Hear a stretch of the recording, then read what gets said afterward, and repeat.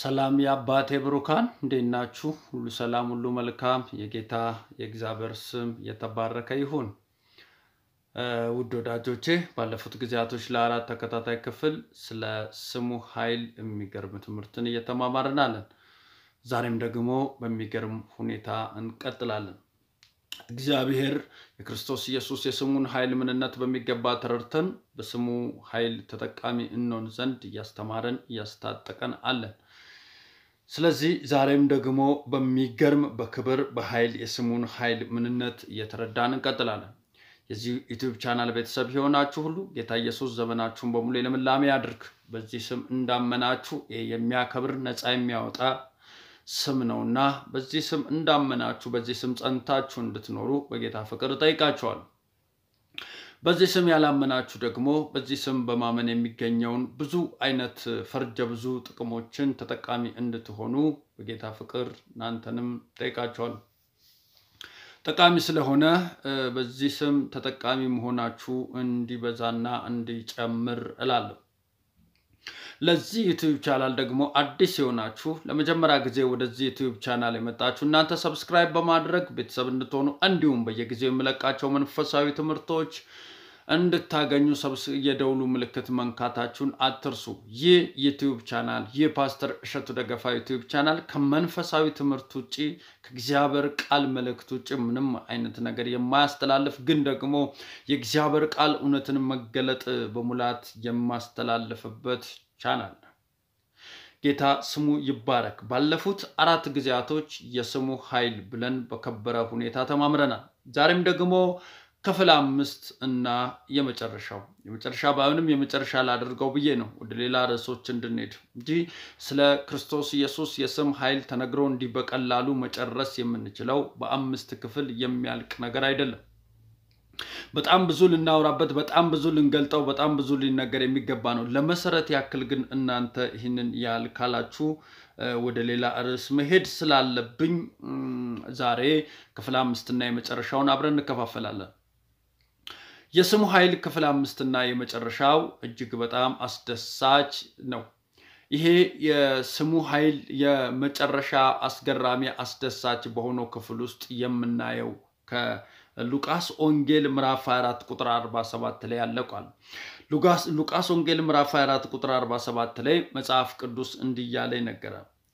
በስሙ ንስሐና የኃጢአት ስርየት ከኢየሩሳሌም ጀምሮ በአሕዛብ ሁሉ ይሰበካል ተብሎ እንዲህ ተጽፏልና እናንተም ደግሞ ለዚህ ምስክሮች ናችሁ ይላል። የሉቃስ ወንጌል ምዕራፍ 24 ቁጥር 46 ቁጥር 47 እንዲህ ብሎ ነው የሚነግረን። በክርስቶስ ኢየሱስ ስም ንስሐና የኃጢአት ስርየት ከኢየሩሳሌም ጀምሮ በአሕዛብ ሁሉ ይሰበካል ተብሎ ተጽፏል እና ለዚህ ደግሞ ምስክሮች ናችሁ ይላል። የክርስቶስ ኢየሱስ የስም ኃይል የንስሐ ስብከት ወይ ደግሞ ትክክለኛ ንስሐ በክርስቶስ ኢየሱስ ስም የሚገባ ንስሐ ነው። አንድ ሰው በትክክል ንስሐ ገባ የሚባለው በኃጢአቱ ተጸጽቶ ከኃጢአቱ ነፃ የሚወጣበትን ንስሐ ገብቷል የሚባለው በክርስቶስ ኢየሱስ ስም ንስሐ ሲገባ ነው። ለዚህ ነው የኃጢአትን ስርየት እናገኝ ዘንድ ደግሞ ንስሐን ሰዎች ይገቡ ዘንድ ከኢየሩሳሌም እስከ ዓለም ዳር ድረስ በስሙ ንስሐና የኃጢአት ስርየት እንደሚሰበክ መጽሐፍ ቅዱስ ይነግረናል። ንስሐ ያለው በክርስቶስ ኢየሱስ ስም ነው። የኃጢአት ስርየት የኃጢአት መወገድ ያለው በክርስቶስ ኢየሱስ ስም ነው። አንድ ኃጢአተኛ ሰው ኃጢአቱ የሚወገደለት በሌላ በምንም አይደለም። ኃጢአት የሚወገደው የኃጢአትን ስርየት የኃጢአትን መንጻት የሚያገኘው አንድ ሰው በክርስቶስ ኢየሱስ ስም የኃጢአት ስርየትን ደግሞ በክርስቶስ ኢየሱስ ስም ንስሐን ሲሰበክ ነው። ክርስቶስ ኢየሱስ ስላንተ ሞቶልሃል፣ ተሰቅሎልሃል፣ ሞትን ድል አድርጎ ተነስቶልሃል።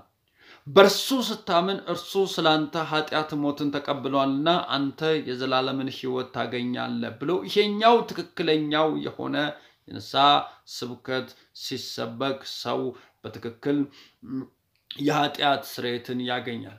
በዚሁ አጋጣሚ ስለ ንስሐ አንዲት ነገር ብላችሁ ደስ ይለኛል። በጣም ብዙ ጊዜ ሰዎች ንስሐ የገቡ የሚመስላቸው በሰሩት ኃጢአት ተጸጽተው ሲያለቅሱ እንባቸውን አውርደው ሲያለቅሱ እግዚአብሔር ሆይ በቃ ከዚህ በኋላ ደግሜ አልሰራም ኃጢአተኛ ነኝ ገብቶኛል ኃጢአት ሰርቻለሁ ወይኔ ጉዴ ብለው ሲናገሩ በትክክል ንስሐ የገቡ ይመስላቸዋል። የንስሐ ትርጉሙ ምንድነው ሲባል የንስሐ የህይወት መርህ መቀየር የመንገድ መቀየር ያስተሳሰብ ለውጥ አንድ ሰው ንስሐ ገባ ከተባለ በፊት ከመሄድበት ከነበረው መንገድ በተቃራኒ መንገድ መሄድ ጀመረ ማለት ነው። በፊት ይሰርቅ ከነበረ አንድ ሰው ንስሐ ገባ ሲባል በቃ ሁለተኛ አልሰርቅም ብሎ ተጣጥፎ ይቀመጣል ሳይሆን የሚለው መጽሐፉ የማንም ሌባ የነበረ ቢሆን ደግሞ አይስረቅ ይልቁንም በእጆቹ እየሰራ ለሌላ ያካፍል ነጣቂ የነበረ ሰው ንስሐ ሲገባ ሰጪ ነው የሚሆነው። መንገድ ቀየረ ማለት ነው። ይቀማ ነበረ ግን ንስሐ ሲገባ ምንድነው ያደረገው? ሰጪ ነው የሆነው። ስለዚህ ንስሐ እንደዚህ ነው። ትዝ ይላችኋል ያቺ ሴትን ወደ ክርስቶስ ኢየሱስ ያመጣት ስዘሙት አግኝተው በድንጋይ ሊወግሯት ይዟት የመጣትን አንድ ነገር ነው ያላቸው ከናንተ መካከል ኃጢአት የሌለበት ይውገራት ካለ በኋላ ኢየሱስ ግን እንዲህ ያለው አንቺ ሴት ከሳሾችሽ የታሉ ካላት በኋላ ደግመሽ ኃጢአት አትስሪ በሰላም ሂጂ ነው ያላት። ትክክለኛ ንስሐ ምን እንደሆነ ሲያሳያት ድጋሚ የወደቅሽበት ሰፈር በመውደቅ እንዳትገኙ በሰላም ሂጂ ብሎ እንደሸኛት በመጽሐፍ ቅዱስ ላይ እናያለን። ሌላኛው በንስሐ ልንማርበት የሚገባ በዘኬዎስ ሕይወት መማር እንችላለን። ክርስቶስ ኢየሱስ ዘኬዎስ ሆይ ዛሬ ባንተ ቤት እውል ዘንድ ይገባኛል ብሎ ክርስቶስ ኢየሱስ ወደ ዘኬዎስ ቤት በገባ ጊዜ ዘኬዎስ ትክክለኛ የሆነ ንስሐ ማድረግ ጀመረ። ከዚህ በኋላ ለሰረኩት ሰዎች እመልሳለሁ እያለ ዳግመኛ በዛኛው መቀማቱ ላይ እንደማይመለስና ሰጪ እንደሚሆን ይናገር ነበር። ስለዚህ ትክክለኛ ንስሐ ማለት አንድ ሰው ንስሐ ገባ ማለት ከወደቀበት ወደ ነበረበት ከፍታ ተመለሰ ማለት ነው። ሰው ልጅ በእግዚአብሔር መልክና ምሳሌ የተፈጠረው የሰው ልጅ ባለመታዘዝ ምክንያት ከወደቀ በኋላ በንስሐ በክርስቶስ ኢየሱስ በማመን እግዚአብሔር ወደ አስቀመጠው ወደ ነበረበት ከፍታ ወደ ነበረበት የህይወት ከፍታ ይመለሳል ማለት ነው። ስለዚህ ይህንን የትክክለኛውን ንስሐ የምናገኘው በስሙ ነው። ስለዚህ ለዚህ ነው በስሙ የሆነ ንስሐና የኃጢአት ስርየት የሚሰበከው። ትክክለኛ ከኃጢአቱ የነጻ ሰው ተጸጽቻለሁ ንስሐ ገብቻለሁ ዳግመኛ ኃጢአት አልሰራም ሲባል ትክክል ንስሐ ገብታል የሚባለው በክርስቶስ ኢየሱስ ስም ንስሐ የገባ ሰው ነው። የኃጢአት ስርየትን እንደሚሰበክ ለማንኛውም የኃጢአት ስርየት በአዲስ ኪዳንና በብሉይ ኪዳን እጅግ በጣም ልዩነት አለው። የብሉይ ኪዳኑ የኃጢአት ስርየት የኃጢአት መከደን ይባላል። ምን ማለት ነው? የበግ ደም ይዘው ሲቀርቡ ስለ ኃጢአታቸው ስለ በደላቸው መስዋዕት ሲያቀርቡ ኃጢአታቸው ይከደንላቸዋል። ያ ማለት ምን ማለት ነው? ኃጢአታቸው ይሸፈንላቸዋል። የአዲስ ኪዳን የኃጢአት ስርየት የኃጢአት መሸፈን ሳይሆን የኃጢአት መወገድ ነው። ኃጢአትን ማስወገድ የሚችል የክርስቶስ ኢየሱስ ደም ስለፈሰሰ በፈሰሰው በዚህ ደም በስሙ ስናምን የዚህ የፈሰሰው የክርስቶስ ኢየሱስ ደም ተጠቃሚዎች እንሆናለን ማለት ነው። ስለዚህ የአዲስ ኪዳን ንስሐ ወይ ደግሞ የአዲስ ኪዳን የኃጢአት ስርየት የኃጢአት መወገድ ይባላል። ስለዚህ ትክክለኛ የኃጢአት ስርየት በስሙ የሚደረግ የኃጢአት ስርየት ነው። በስሙ የሚገኝ የኃጢአትን ስርየት ሰዎች ያገኙ ዘንድ እኛ ደግሞ ልንመሰክር እንደሚገባ መጽሐፍ ቅዱስ ይነግረናል። በክርስቶስ ኢየሱስ ያመንን ሰዎች በስሙ የኃጢአትን ስርየት ያገኘን ሰዎች ሌሎችም ሰዎች በዚህ በስሙ በሚገኘው የኃጢአት ስርየት ተጠቃሚ ይሆኑ ዘንድ እኛ ደግሞ ልንሰብክላቸው ይገባል። በስሙ ንስሐ እንዲገቡና የኃጢአትን ስርየት እንዲያገኙ ልንሰብክ ይገባል። ስለዚህ እኛም ተጠቃሚ ሆነው ንስሐ የገባነው የኃጢአትን ስርየት ያገኘነው በክርስቶስ ኢየሱስ ስም በማመን እንደሆነ መጽሐፍ ቅዱስ ይነግረናል። እዚህ አስቀድሞ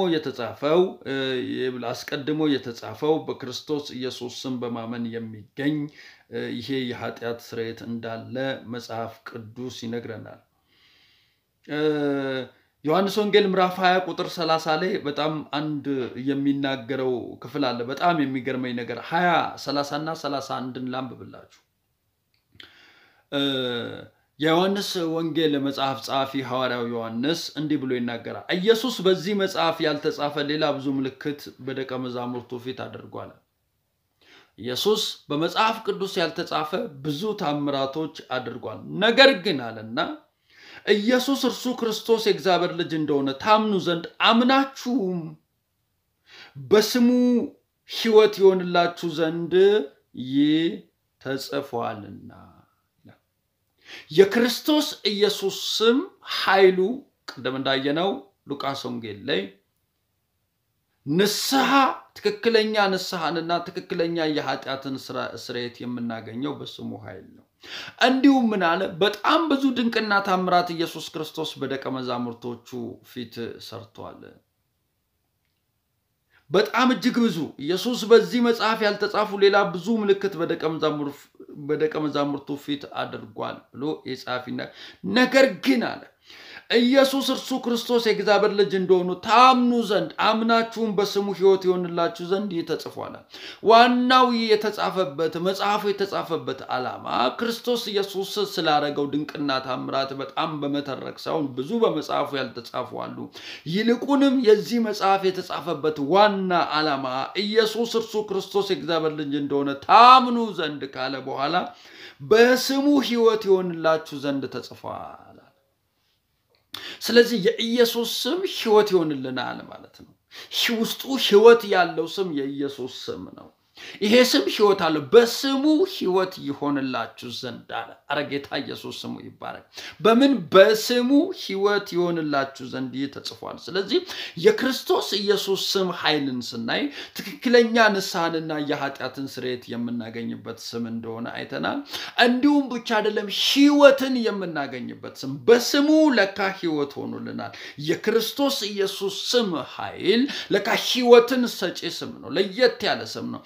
ይስምን ታቃላችሁ? ለምንድነው ሰይጣን የሚፈራው ስም ሲባል ይህ ስም ሲጠራ ሰዎች ሕይወትን ያገኛሉ። የኢየሱስ ስም ሕይወት ሰጪ ስም ነው። ሕይወት የሚሰጥ ስም ነው። ዋው! ጌታ ስሙ ይባረክ። ሕይወት የሚሰጥ ስም፣ አስገራሚ የሆነ ስም፣ ሕይወት ሰጪ ስም፣ ሕይወት የምናገኝበት ስም፣ ሕይወትን የሚሰጠን ስም፣ ሕይወትን የሚያጎናጽፈን ስም፣ ሕይወት እንዲኖረን የሚያደርግ አስገራሚ የሆነ ስም እንደሆነ እናያለን። ጌታ ኢየሱስ ስሙ የተባረከ ይሁን። ስለዚህ ዛሬ በቃ በጣም ክፍል 5 እና የመጨረሻው ላይ እያየን ያለነው በጣም የሚገራርሙ ነገሮች ነው። እንደ ሉቃስ ወንጌል ምዕራፍ 4 ቁጥር 17 በስሙ ንስሐና የኃጢአት ስርየት ደግሞ ከኢየሩሳሌም እስከ ምድር ዳር ድረስ ይሰበካል ተብሎ እንደተጻፈ ይላል። ስለዚህ ሲሰበክ ራሱ በስሙ ነው የሚሰበከው። በስሙ አይልም፣ በስማቸው አይልም፣ በስሙ ነው። ስብከት በስሙ ነው። የኃጢአት ስርየት በስሙ ሳይሆን በስሙ ነው። የኃጢአት ስርየት በስማቸው ሳይሆን በስሙ ነው። የኃጢአት ስርየት የሚሰበከው በክርስቶስ ኢየሱስ ስም እንደሆነ መጽሐፍ ይነግረናል። በስሙ የሆነ የኃጢአት ስርየት ስብከትና በስሙ የሆነ ንስሐ፣ በስሙ የሆነ የንስሐና የኃጢአት ስርየት ስብከት ሰዎች በትክክል እንዲድኑ እንዲያመልጡ ያደርጋል ማለት ነው። ጌታ ኢየሱስ ስሙ የተባረከ ይሁን። ሲከተል ደግሞ እንዳየነው ዮሐንስ ወንጌል ምዕራፍ 20 ቁጥር 31 ላይ እንዳየነው በጣም ብዙ ድንቅ ታምራት ክርስቶስ ኢየሱስ ቢያደርግም አለና ነገር ግን ኢየሱስ ክርስቶስ የእግዚአብሔር ልጅ እንደሆነ ታምኑ ዘንድ አምናችሁ በስሙ ሕይወት ይሆንላችሁ ዘንድ ተጽፏል አለ። ስለዚህ የክርስቶስ ኢየሱስ ስም ሕይወት ሰጪ ስም ነው። ሕይወት የሚኖረን በኢየሱስ ስም ነው። ሕይወት ሰጪ ስም የኢየሱስ ስም ነው። የኢየሱስ ስም ሕይወትን የሚሰጥ አስገራሚ ስም ነው። ሌላኛው ዮሐንስ ወንጌል ምዕራፍ 1 ቁጥር 12 ላይ በጣም የሚገርም ቃል አለ። በጣም ይሄን ቃል ብዙ ጊዜ ጌታ ኢየሱስ ክርስቶስን የግል አዳኝ አድርጌ ከመቀበሌ በፊት በጣም በዚህኛው ነገር አሹፌ አውቃለሁ። ጌታን ተቀበል ሲባል ከየት ነው? ከኤርፖርት ነው ወይ የምቀበለው? ብዙ አይነት ሰዎችም ጥያቄ ጠይቄያቸው ብዙ ምስክርነት ነግረውኝ ያውቃሉ።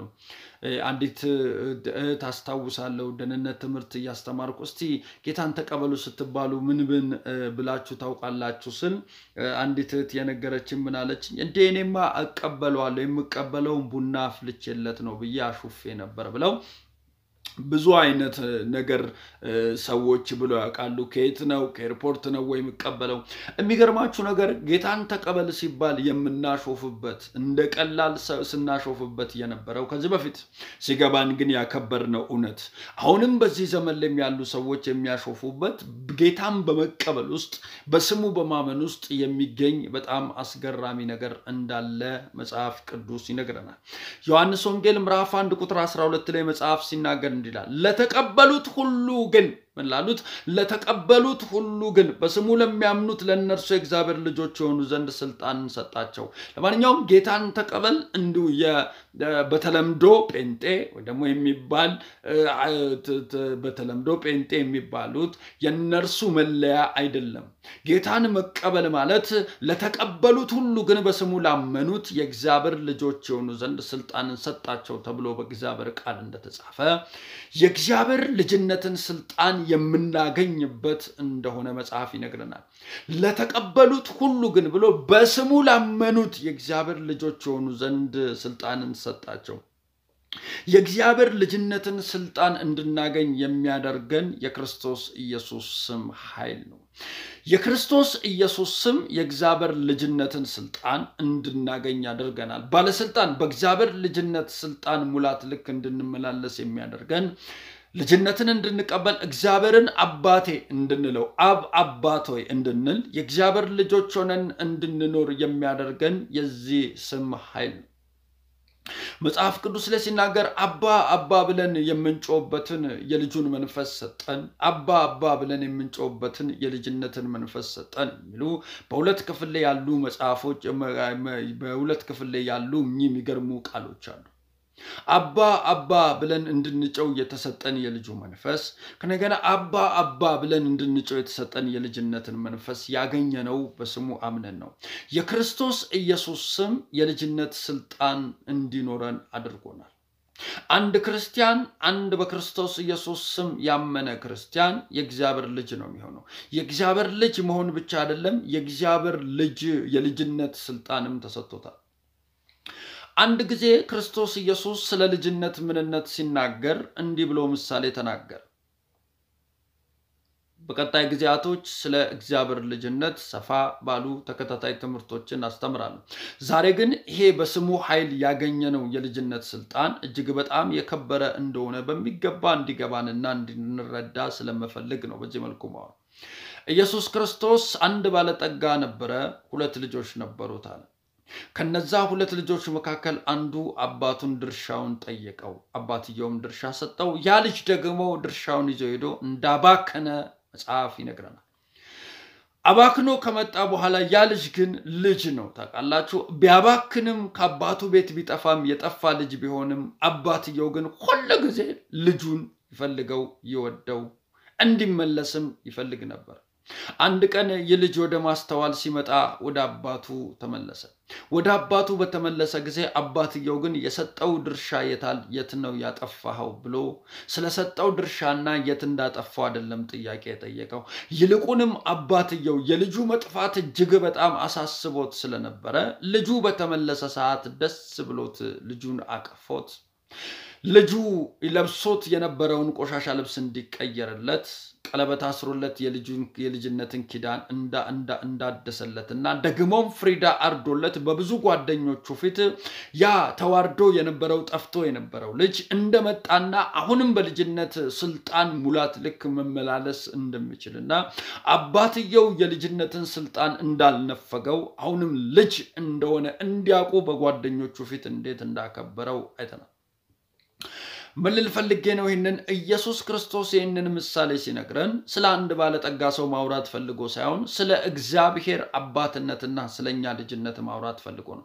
እግዚአብሔር አባታችን በክርስቶስ ኢየሱስ ስም በማመን ያገኘነው ይህኛው ልጅነት የልጅነት ስልጣን እንዲሁ በቀላል የሚሻር ስልጣን አይደለም። በልጁ አምነን ለተቀበሉት ሁሉ ግን በስሙ ላመኑት የእግዚአብሔር ልጆች የሆኑ ዘንድ ስልጣንን ሰጣቸው ይላል። በክርስቶስ ኢየሱስ በማመን ያገኘነውን ስልጣን ማንም ሊቀማን ሊወስድብን አይችልም። ለምን? በስሙ ነው ያገኘነው። ታውቃላችሁ አንዳንድ ጊዜ አንድ የፖለቲካ ፓርቲ ተወዳድሮ አሸንፎ በስልጣን ላይ ቢቀመጥ ሌላኛው ደግሞ የተሻለ መስራት የሚችል የተሻለ ተወዳዳሪ ሆኖ መጥቶ ያሸነፈ ሌላ ፖለቲካ ፓርቲ ስልጣን ሲይዝ ሌሎቹ በስልጣን ላይ የነበሩት መውረዳቸው ግድ ነው የሚሆነው። በክርስቶስ ኢየሱስ በማመን የሚገኝ የልጅነት ስልጣን ግን በማንም መውረድ የማይችል በማንም የማንቀማው ደግሞም ፌል የማያደርግ ሊወሰድ የማይችል ሊቀየር የማይችል ነው። አያችሁ የስሙ ኃይል ያስገኘን ነገር በጣም እጅግ በጣም አስገራሚ ሆነ ነገር ነው። ልጅነትን እንድናገኝ ሆነናል። ጌታ ስሙ ይባረክ። ይሄን ነገር እናንተ በቤታችሁ ሆናችሁ እጅግ በጣም እንድታሰፉት አስፍታችሁ እንድታዩት እጅግ በጣም እንድታጠኑት ትኩረት እንድትሰጡት በጌታ ፍቅር ጠይቃችኋል።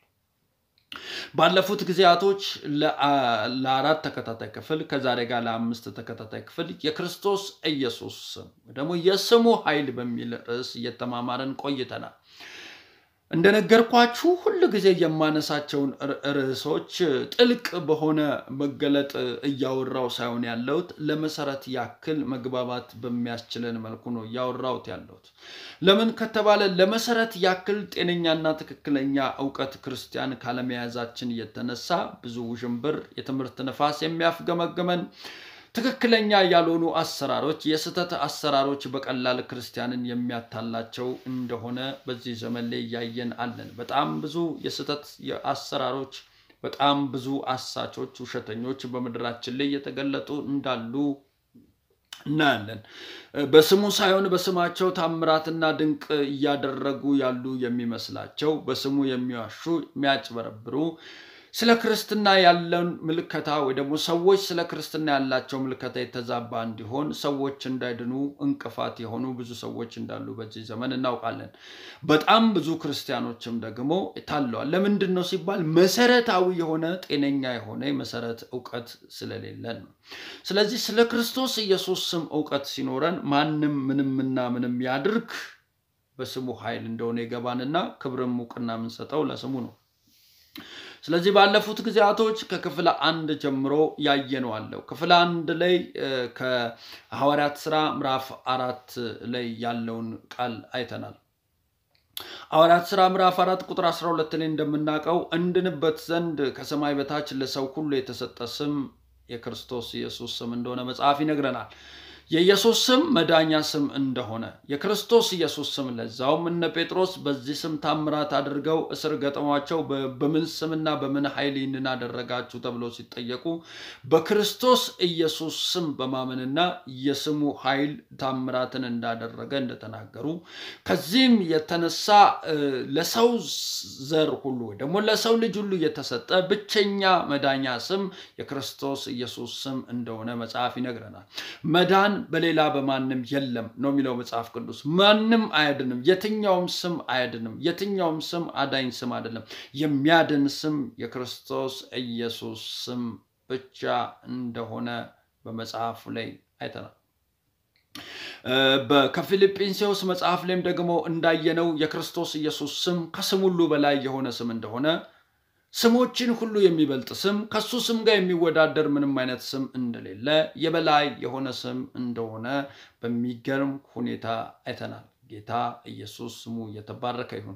ይሄ አስገራሚ የሆነ ስም ከስም ሁሉ በላይ የሆነን ስም እንደሆነ ካየን በኋላ ደግሞ ስሞች ሁሉ የሚንበረከኩለት ስም እንደሆነ አይተናል። ስሞች ሁሉ የሚንበረከኩለት ስሞች ሁሉ የሚገዙለት ስሞች ሁሉ የሚታዘዙለት ስም እንደሆነ ባለፉት ጊዜያቶች አይተናል። ስለዚህ መዳኛ ስም በሆነው ለዚህ ስም ብቻ ዕውቅና እንድንሰጥ በዚህ ስም ሰዎች እንድድኑ እንድንመሰክር አዳኝ የሆነውን የክርስቶስ ኢየሱስ ስም እንድንናገር አበረታታችኋለሁ። ስሞች ሁሉ የሚንበረከኩለት አንደበት ሁሉ ለዚህ ስም ምላስ ሁሉ አንደበት ሁሉ የዚህን ስም ጌትነት የዚህን ስም አዳኝነት የዚህን ስም የበላይነት ሊናገር እንደሚገባ መጽሐፍ ቅዱስ እንደሚናገር አይተናል። በቀጣዩም ጊዜ ደግሞ ያየነው ምንድነው የክርስቶስ ኢየሱስ ስም ብቸኛ አጋንንት የሚወጣበት ስም እንደሆነ አይተናል ከዚህ ስም ውጪ አጋንንት አይወጣም ከዚህ ስም ውጪ አጋንንት ወጣ ቢባል ልክ አይደለም መጽሐፍ ቅዱስ ሲናገር አማኞችን እነዚህ ምልክቶች ይከተሏቸዋል ካለ በኋላ በስሜ አጋንንትን ያወጣሉ ይላል ክርስቶስ ኢየሱስ በምድር ላይ በነበረ ሰዓት ስልጣን ሰጥቷቸው እንዴት በስሙ አጋንንት እንደታዘዘላቸውና ደቀ መዛሙርቱ መተው ተደንቀው በስሙ አጋንንት ታዘዙልን ብለው እንደነገሩት እናያለን እንዲሁ ከዛ በኋላ ጴጥሮስ ያችን ማርተኛን እንዴት በኢየሱስ ስም ብሎ ገስጾ በውስጧ ያለውን አጋንንት እንዳባረረው እንዴት ከክርስቶስ ደቀ መዛሙርቶች ሐዋርያቶች እንዴት በስሙ አጋንንትን ሲያስወጡ እንደነበረ እናያለን በዚህም ዘመን አጋንንት እየወጣ ያለው በክርስቶስ ኢየሱስ ስም ብቻ ነው ከዚህ ስም ውጪ አጋንንት አይወጣም ከዚህ ስም ውጪ አጋንንት ወጣ ቢባል ትክክል አይደለም ሌላኛው ነገር የኃጢአት ንስሐና የኃጢአት ስርየት የሚገኘው በዚህ ስም ነው ንስሐ አንድ ሰው ገባ ሲባል በክርስቶስ ኢየሱስ ስም ሲያምን ነው ኃጢአት አለማመን ነው ይላል መጽሐፍ ቅዱስ መንፈስ ቅዱስ በመጣ ጊዜ ዓለምን ይወቅሳል ስለ ጽድቅ ስለ ፍርድ ይላል ስለ ጽድቅ ስለ ፍርድ ይልና በስሙ ስላለማመን ደግሞ በክርስቶስ ስላለማመን እንደሆነ ይናገራል በዘመን ፍጻሜ ጥያቄ ያለው በዚህ ስም አምናችኋል አላመናችሁም ነው ስለዚህ በስሙ የሚደረግ ማመን የኃጢአትን ስርየት እንድናገኝ እንደሚያደርገን አይተናል ትክክለኛም ንስሐ በስሙ የሚገባ ነው ኃጢአታችን የሚወገደው በዚህ ስም እንደሆነ መጽሐፍ ይነግረናል በስተመጨረሻም ደግሞ እንደዚህ ብለናል ለተቀበሉት ሁሉ ግን በስሙ ላመኑት የእግዚአብሔር ልጆች ሆኑ ዘንድ ስልጣንን ሰጣቸው እንደሚል መጽሐፍ ቅዱስ የልጅነትን ስልጣን የምናገኘው በዚህ ስም እንደሆነ አይተናል ይህ ስም የልጅነትን ስልጣን እንድናገኝ የሚያደርግ አስገራሚና አስደናቂ የሆነ ስም ነው በዚህ ስም ሕይወት እንደሚገኝ ሕይወት ይሆንላችሁ ዘንድ በስሙ አምናችሁ ሕይወት ይሆንላችሁ ዘንድ እንዳለ ሐዋርያው ዮሐንስ በመጽሐፉ ላይ ሲጽፍ የስም ሕይወት እንዲሆንልን የሚያረግ ስም ነው ስለዚህ በክርስቶስ ኢየሱስ ስም ስልጣን መጠቀም እንድትችሉ እንድታዙ የትኛውም ስም የተሰጠውን ነገር እንድታዙ በሽታ ቢሆን ጭንቀት ግራ መጋባት ቢሆን ሞት ቢሆን በዚህ ስም ስልጣን ብታዙ የስም ለዚህ ስም እንደሚንበረከክ እንደሚታዘዝ መጽሐፉ ስለሚነግረን ከዚህ ቀን ጀምሮ ይህንን ትምህርት ለመጀመሪያ ጊዜ ብትሰሙ ወደ ኋላ ተመልሳችሁ አራቱ ክፍሎችን እንድትሰሙ በጌታ ፍቅር አበረታታችኋለሁ ለምን እጅግ በጣም አስፈላጊ ወሳኝ ስለሆነ የስሙን ኃይል ማጥናት ጀምሮ ስለ ክርስቶስ ኢየሱስ ስም ስልጣን በደንብ እንድታጠኑ እንድታዩ አበረታታችኋለሁ የሚገርም ስም ነው ኃይለኛ ስም ነው የበላይ ስም ነው የሚገዛ ስም ነው የሚያዝ ስም ነው የሚያሸንፍ ስም ነው ይህ ስም የሚገርም ስም ነው ለዚህ ስም የማይንቀጠቀጥ ለዚህ ስም የማይንበረከክ ለዚህ ስም የማይታዘዝ የለም ስለዚህ በዚህ በመረዳት የስሙን ስልጣን ተጠቃሚዎች እንድትሆኑ በጌታ ፍቅር አበረታታችኋለሁ በክርስቶስ ኢየሱስ ያላመናችሁ ይህንን ስብከት የምትሰሙ በስሙ በማመን የሚገኝ መጽሐፍ ሲናገር የጌታን ስም የሚጠራ ሁሉ ይድናል ይላል ስሙ የሚያድን ነው ይህን ስም የሚጠራ በልቡ አምኖ የሚጠራ ይድናል የሚያድን ስም ስለሆነ ባካችሁ ለዚህ ለክርስቶስ ኢየሱስ ስም ራሳችሁን እንድትሰጡ በጌታ ፍቅር ጠይቃችኋለሁ የሚያድን ስም ነው ታሪክ የሚቀየር ስም ነው ሕይወትን የሚቀየር ስም ነው ለኔ ሕይወት መቀየር ምክንያት የሆነኝ ይህ ስም ነው ታሪኬን የቀየረው ሕይወቴን የቀየረው የክርስቶስ ኢየሱስ ስም ነው ስለዚህ በዚህ ስም እንድታምኑ አበረታታችኋለሁ መጸለይ የምትፈልጉ እንዲብላችሁ ጸልዩ ጌታ ኢየሱስ ሆይ ኃጢአቴን ይቅር በለኝ ስም ያድናል ከዚህ ቀን ጀምሮ ኃጢአቴን ይቅር በለኝ ስለኔ ሞተሃል ተሰቅለሃል ሞትን ድል አድርገህ ተነስተሃል